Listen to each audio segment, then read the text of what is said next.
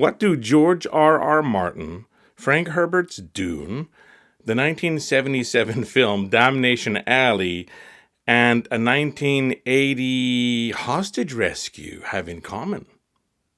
Roger Zelazny.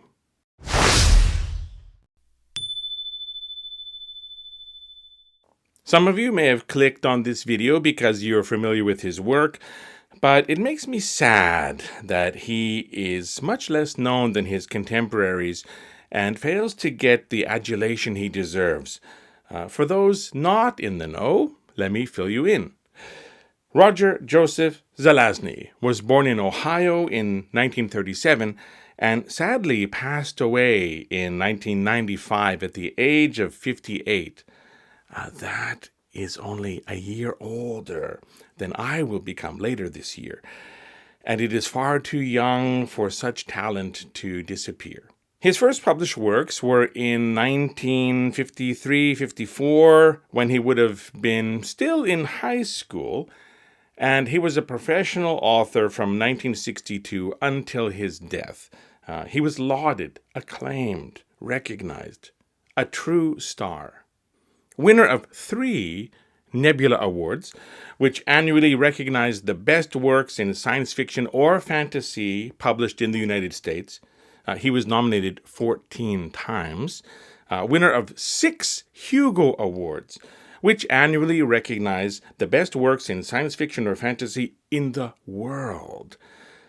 In fact, a serialized story called And Call Me Conrad, now published under the title This Immortal, tied for the 1966 Hugo Award for Best Novel with Frank Herbert's Dune. It tied with Dune, but I bet few have heard of And Call Me Conrad or its current title, This Immortal. This brings me to my problem. If you love science fiction and fantasy, you should have heard the name Roger Zelazny before. That is, if you love reading science fiction and fantasy. Almost none of Zelazny's writings have made their way to the screen, so while works like Dune, The Lord of the Rings, and A Song of Ice and Fire, which Game of Thrones was based on, reach vast audiences because of these adaptations, Zelazny's creations are trapped on the page. His novels and short stories, aside from a horrible adaptation of his novel Damnation Alley in 1977, and an episode of the revived Twilight Zone in 1986, based on a story called The Last Defender of Camelot, written for the small screen by George R. Martin, there is nothing else to see on any kind of screen. If you like the Japanese anime genre isekai, or alternate world, you would love Zelazny's epic series, The Chronicles of Amber. A television adaptation of these works was announced in 2016 by the creators of the Walking Dead TV series, with Stephen Colbert joining as executive producer in 2023.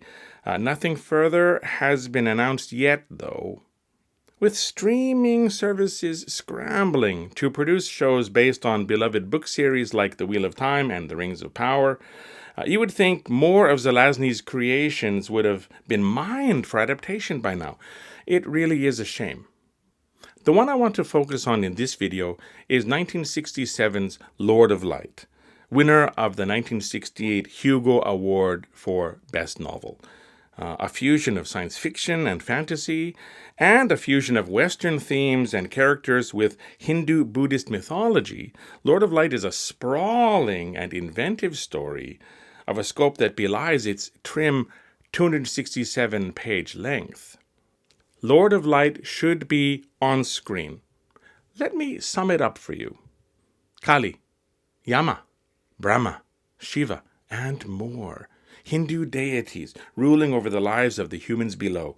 Having long ago conquered and imprisoned the demons of the world, these gods and goddesses decide who and how people will be reincarnated. They are worshipped and feared. But these are not the gods and goddesses you think they are. They were once normal human beings too. In the far future, the Star of India, a colony ship from what remains of Earth, arrived at this world. The crew, using an assortment of scientific techniques, mutated themselves and created superhuman godlike aspects and named themselves after members of the Hindu pantheon. The demons, well, they were the original non-human inhabitants of the world. After developing technology to transfer a person's Atman, mind or soul, to a new body, achieving a type of immortality through this reincarnation, these would-be deities replicated the Hindu caste system and now rule over the other passengers of the Star of India and their descendants, who believe them to be true gods. These mighty beings use control over the reincarnation system and suppression of advancement of the human populace, both technological and philosophical, to maintain their status as rulers over all. This status is threatened as one member of this pantheon becomes disillusioned with godhood and takes on the role of Siddhartha Gautama, the Buddha, and embarks on a journey to bring enlightenment to the people of the world. Fascinating, thought-provoking, brilliant. Why hasn't this already been made into a film? Well, if you remember at the beginning of the video, I asked a question. What do George R.R. Martin, Frank Herbert's Dune, the 1977 film Damnation Alley, and a 1980 Hostage Rescue have in common? I've explained the first three parts of that. George R.R. Martin wrote a teleplay of Roger Zelazny's short story, The Last Defender of Camelot, for the Twilight Zone series in 1986. Damnation Alley was an adaptation of a Zelazny novel, another Zelazny novel, and Call Me Conrad, now published as This Immortal, shared the 1966 Hugo Award for Best Novel with Dune by Frank Herbert.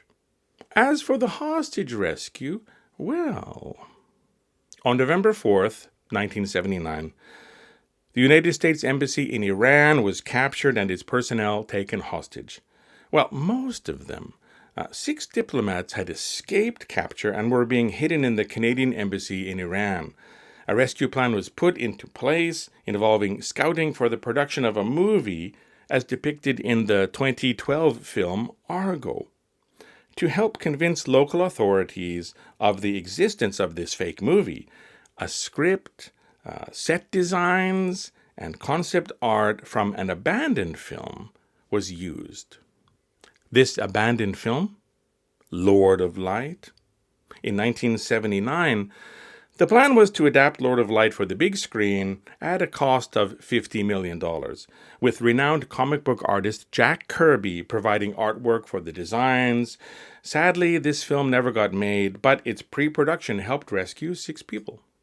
In 2017, Universal Cable Productions announced that Lord of Light would be made into a TV series. This project is still labeled in development, with no progress having been made so far. I would love to see Lord of Light on screen. And with the success of 3 Body Problem in 2024, an 8-episode series, there seems to be no fear in producing a rather cerebral science fiction fantasy story for streaming. I think a longer format, maybe only 4 episodes, might serve the story better than 2 to 3 hours for a film. But either way, I hope it gets made. What do you think? Is this the kind of story you would like to see on screen? Have you read Lord of Light? Are you familiar with other works by Roger Zelazny? Any opinions, experiences, and information is welcome. So please leave a comment. I would love to read it. And if you are so inclined, feel free to subscribe to my channel for more videos on entertainment topics of all kinds. And please leave a like if this video is interesting, informative, or entertaining to you at all. Thanks for watching. See you next time.